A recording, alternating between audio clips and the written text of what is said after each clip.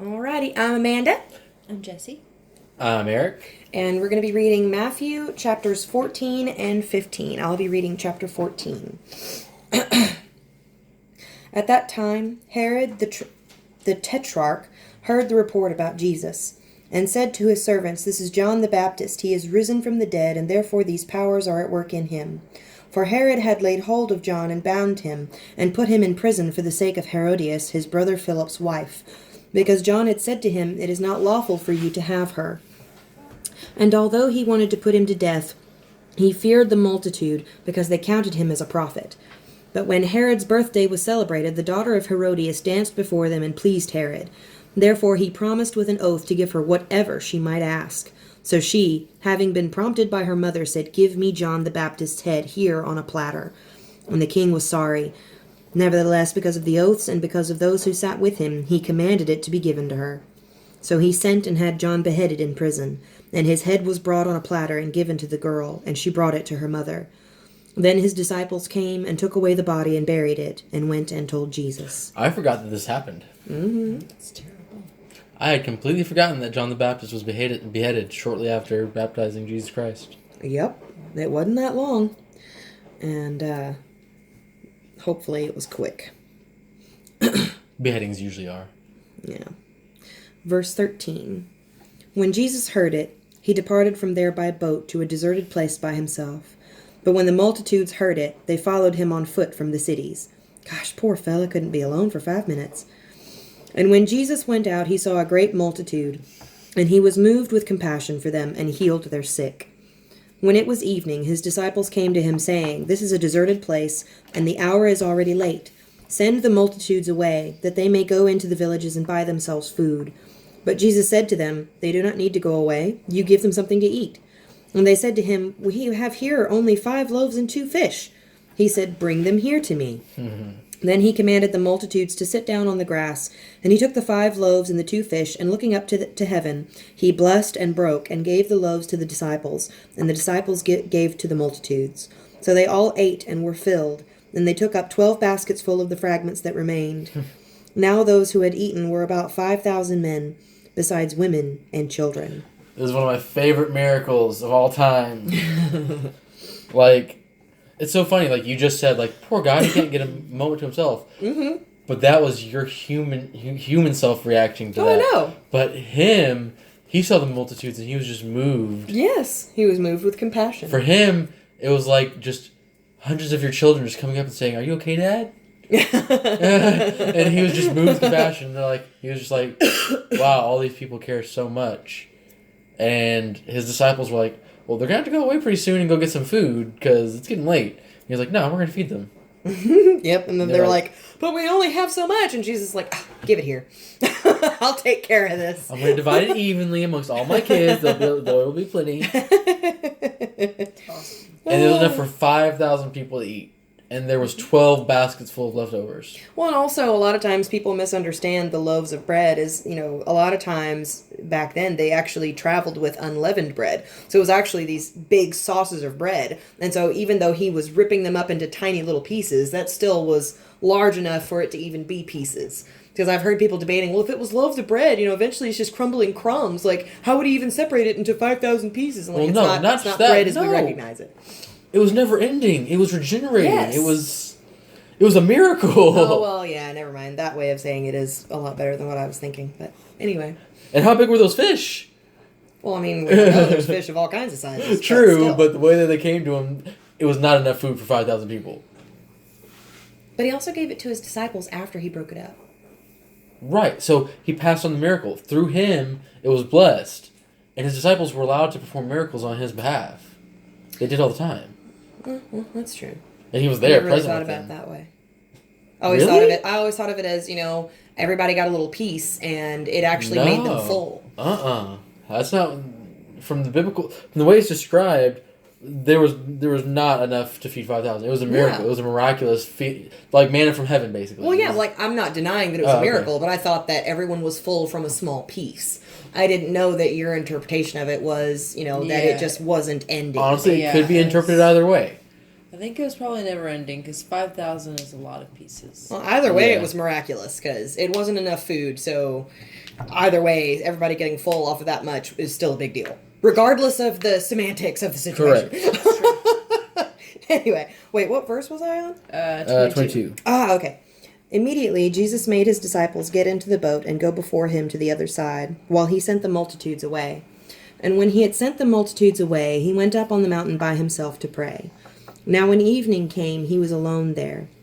But the boat was now in the middle of the sea, tossed by the waves, for the wind was contrary. Now in the 4th watch of the night, Jesus went to them, walking on the sea. And when the disciples saw him walking on the sea, they were troubled, saying, "It is a ghost!" And they cried out for fear. But immediately Jesus spoke to them, saying, "Be of good cheer, it is I, do not be afraid." And Peter answered him and said, "Lord, if it is you, command me to come to you on the water." So he said, "Come." And when Peter had come down out of the boat, he walked on the water to go to Jesus. But when he saw that the wind was boisterous, he was afraid. And beginning to sink, he cried out, saying, "Lord, save me."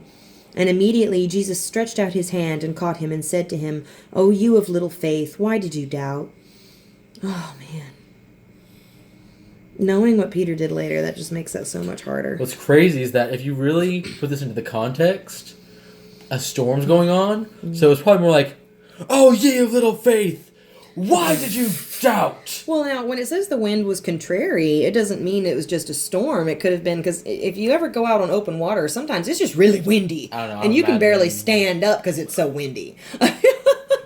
I'm imagining a very dramatic scene. But either way, what he says to Peter, knowing what Peter did later, it just has so much depth to it now. Anyway, verse 32. And when they got into the boat, the wind ceased. Then those who were in the boat came and worshipped him, saying, "Truly, you are the Son of God." When they had crossed over, they came to the land of Gennesaret. And when the men of that place recognized him, they sent out into all that surrounding region, brought to him all who were sick, and begged him that they might only touch the hem of his garment, and as many as touched it were made perfectly well. So man, this just to be able to have that much faith, because he's right there in front of you, to be able to say, "Yeah, I believe completely." It's like, yeah, because it's easy for you guys to believe. I made it easy for you guys to believe. This is my gift to this generation. It will be easier for this generation to believe than any other generation after or before you. Believe and be healed through me. And they were. Because it is through faith. They had it so easy when it came to faith. We may have it easy when it comes to like technology, but when it comes to being able to believe in the Son of God, the generation that experienced him there amongst them. You say that it was easy, but even some of those people who saw him and were healed by him just walked away. That's ignorant. Well, you also got to think that back then we don't really know what it was like. Like, there was people doing amazing things a lot back then. No, not 2000. We know pretty much what it was like 2,000 years ago. We have a very clear picture of what it was like Wasn't 2,000 years ago. Wasn't there like... Well, I guess there wasn't Nephilim and stuff at that point. No. Nephilim had been, after Noah, they were cleared out pretty much. They're in the pit waiting for the final judgment days, which is kind of terrifying to think about. There may have been some, like... There may be a few Nephilim, like... Even now, there may be one or two Nephilim around. No, they're in the pit. No other Nephilim was ever able to be created after the flood? That's crazy. You mean created, like put down here? Are you talking about the ones that sinned? No, not the fallen angels, the Nephilim. Oh, you're talking about the ones that weren't sent to the pit. No, I'm talking about... Good angels. No, the Nephilim are the human-angel hybrids. No, there's no more of those. And God forbade the angels that sinned from ever joining with a woman again. I think whenever Probably take the ability wiped away from everyone them out completely. except for Noah. Well, yeah, because they're in the pit. It actually says where they are. They're some of the creatures that are going to be released in the final judgment day when God opens the pit. Oh yeah, the giants will return. Yeah, that's the terrifying part, is that they're going to be let loose, and it's like, oh, I don't want none of that. What's crazy is that, so, a lot of people look at what he did in the time of Noah. When it says that we were corrupt, a lot of people think that like our genetics were corrupt by at least a large majority of. But that's not the only part. It was just no, that it was sin as well. Yeah, people were so sinful. There was also a genetic issue that we had literally fallen angel blood, like creating lineages throughout. Because it says that they laid with women. Yeah, exactly. So there's biblical precedent for them, and they had kids, and they had kids, and they had kids, and they had kids.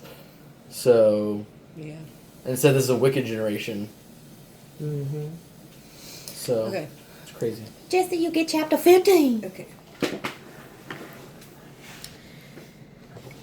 Then the scribes and Pharisees who were from Jerusalem came to Jesus, saying, Why do your disciples transgress the tradition of the elders? For they do not wash their hands when they eat bread. He answered and said to them, Why do you also transgress the commandment of God because of your tradition? For God commanded, saying, Honor your father and your mother, and he who curses father or mother, let him be put to death. But you say, whoever says to his father or mother, whatever profit you might have received from me is a gift to God, then he need not honor his father or mother. Thus you have made the commandment of God of no effect by your tradition. Hypocrites! Well, did Isaiah prophesy about you, saying, okay, so what does he mean there? So we're going to have to read that over. That's one of those things you got to read over again. So let's take it piece by piece. So he answered them saying, so they came up to him asking him, why do your disciples transgress the tradition of the elders? For they do not wash their hands when they eat bread. So they're not washing their hands when they eat bread, which is kind of gross, but still, speck in the eye versus plank in the right. eye. And he answered them. So he came back with them with something more intense, like, why do you also transgress the commandment of God? Like, why are you doing this? You want to attack my people for not washing their hands? You know, I've noticed something. Jesus has a lot of clapbacks to these people. Oh yeah, he clapbacks a lot. He's a clapbacker. Then he's like, why have you transgressed the commandment of my God because of your tradition? For God commanded, saying, honor your father and your mother, and he who curses his father or mother, let him be put to death. That's what my father said. But you say, whoever says to his father or mother, whatever profit you might have received from me is a gift to God. So basically, they're giving money to their parents and then telling them, well, it's a gift to God, so you're unholy if you don't give what I've given you to God. I think that also might be interpreted as they consider themselves a gift to their parents. Like, maybe. Oh.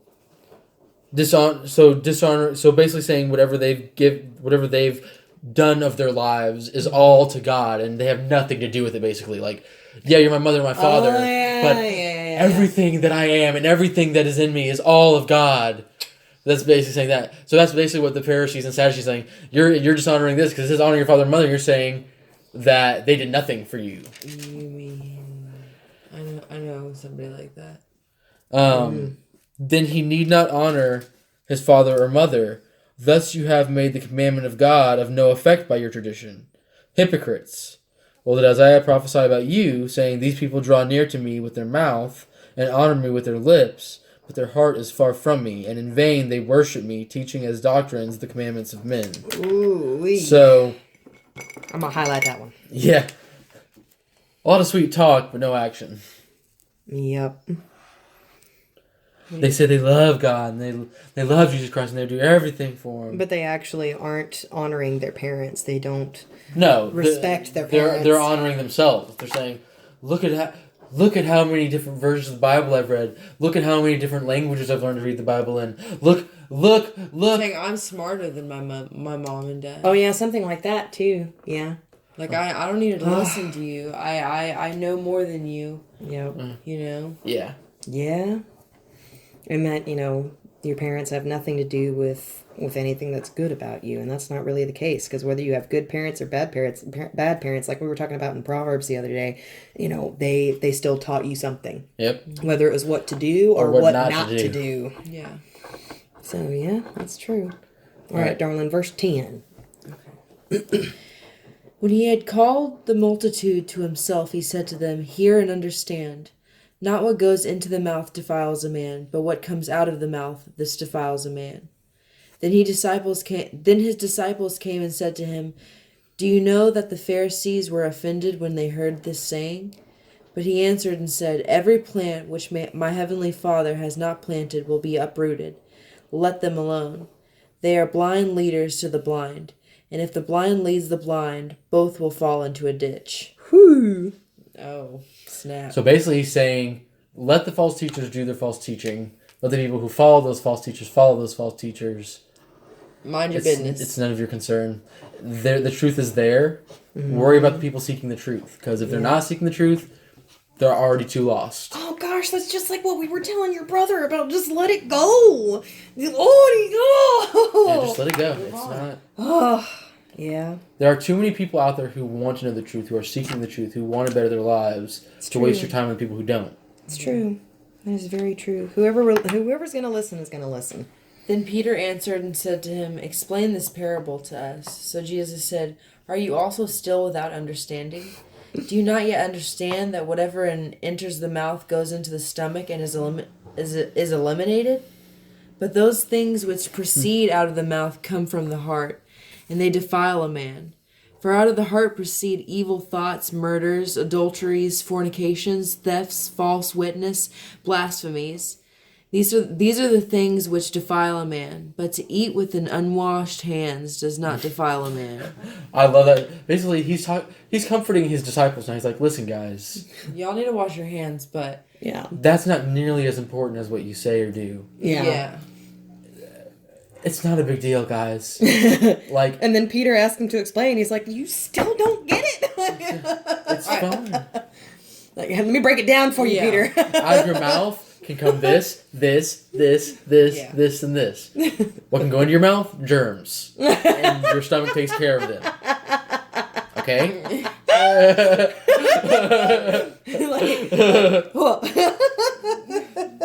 I know you don't know what germs are. But just trust me on this. I don't know how it works. Alright. Oh, mercy. Oh, verse 21. Then Jesus went out from there and departed to the region of Tyre and Sidon. And behold, a woman of Canaan came from that region and cried out to him, saying, "Have mercy on me, O Lord, Son of David. My daughter is severely demon-possessed." But he answered her not a word. And his disciples came and urged him, saying, "Send her away, for she cries out after us." But he answered and said, "I was not sent except to the lost sheep of the house of Israel." Then she came and worshipped him, saying, "Lord, help me." But he answered and said, "It is not good to take the children's bread and throw it to the little dogs." And she said, "Yes, Lord, yet even the little dogs eat the crumbs which fall from their master's table." Then Jesus answered and said to her, "O woman, great is your faith. Let it be to you as you desire." And her daughter was healed from that very hour. Wow, she was tested. Well, and it's not just that, it's what that actually means is, she was not of the house of Israel, but yet she challenged that by saying, we are in your house. We are your servants. And so that was a moment of and clarity that just got for him. her. Yeah, he was like, you know what? She's right. She's like, your faith is so amazing. I accepted. Yeah. Your daughter is healed. Yeah. The crumbs of my grace are enough. Mm-hmm. That's so true. Yeah, and it's not that he was saying that to be cruel to her. No. Like, he had a mission to fulfill. No, yeah. Getting the Gentiles was the job of the saved Israelites Exactly, after he left. Yes, yeah, because he was training them for it. Yeah, Correct. because the Jews already had all that history, and they would have known what Jesus was fulfilling. Right. And that wasn't really for the Gentiles to know. They didn't have that history. But for they those didn't read it. But for the Gentiles that did approach Jesus with that much faith, I mean, that had to be a lot of faith. You don't even know hardly anything. But you come to me, the Son of Man, the Son of the God of Israel. Of what I'm trying to give everyone. Oh yeah, and saying that that's enough, and he's like, "Oh, you get it. It's done." I'm not going to deny you. Yep. You are a daughter of God. Period. Mm-hmm. Jesus departed from there, skirted the Sea of Galilee, and went up on the mountain and sat down there. Then great multitudes came to him, having with them the lame, blind, mute, maimed, and many others. And they laid them down at Jesus' feet, and he healed them.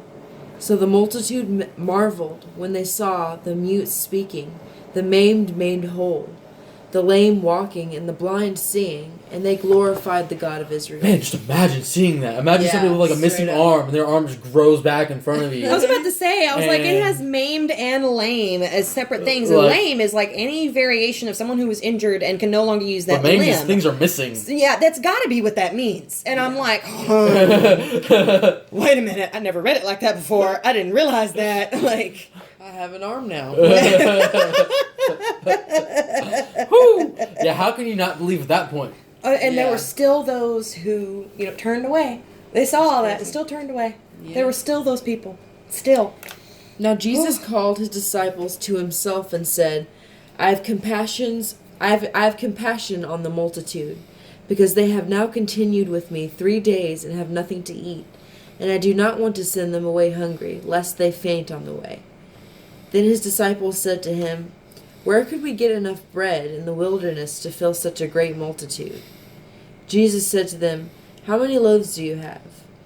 And they said, 7, and a few little fish. Okay, did so it the other again? fish. So the other fish were big then, because these were specified as little. Just so we're clear. I didn't know he did this miracle twice. Yeah, wow. So he commanded the multitude to sit down on the ground, and he took the 7 loaves and the fish and gave thanks, broke them and gave them to his disciples, and the disciples gave to the multitude. I like how they didn't question him this time.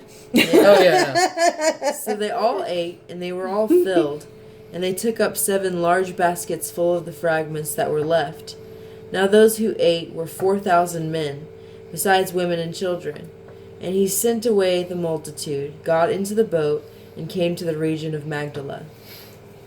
And now he either did it twice, or because we're also getting this from the what these men. No, these were remembered. two separate. These were two separate instances. No, Pretty clearly. potentially yes, but that's the thing is also in some of the other Testament accounts, they do mention certain things differently, and so these are from different perspectives. So there are some details that might be changed between them that don't really matter, and it could have been one incident repeated. It may very well have been the 2 incidents. Well, he was in different places, so it has to be in two Ooh, we separate. think.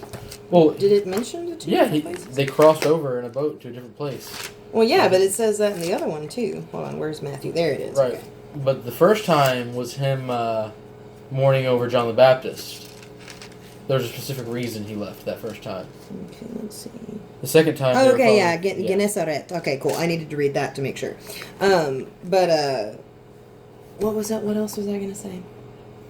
I know it was something that I remembered from the Case for Christ movie. Sorry. No, it's okay. I had to go back and double check, make sure that I wasn't being inaccurate, because I was like, did they mention a city? 2 different cities? And so that's why we got to read this. I can't more believe I than caught once. that. Well, I didn't catch it, but that's why we need to read this multiple times so that we understand it and we're able to recall it accurately. And I really I think we're getting in a groove of like when we don't understand something, like we go back over it and like we like work it out together. And we're like, okay, yeah, that makes a lot of that. That's Yeah. Well, yeah, because that's the whole point of Bible study is we're not going to have a clear understanding the first go around. And Some so things we've got to. Oh yeah, some things we will, but not everything's going to be crystal clear. And sometimes as we go on, we'll be like, "Oh, that's what that meant," and we'll be able to go back and go, "Oh yeah." Yeah. But that's what Like Bible working study it is out. for. Yeah. All right. That concludes tonight's Bible study. Woohoo! Adios, amigos. Bye. Your bye is always so small. You did that one on purpose. It's so teeny.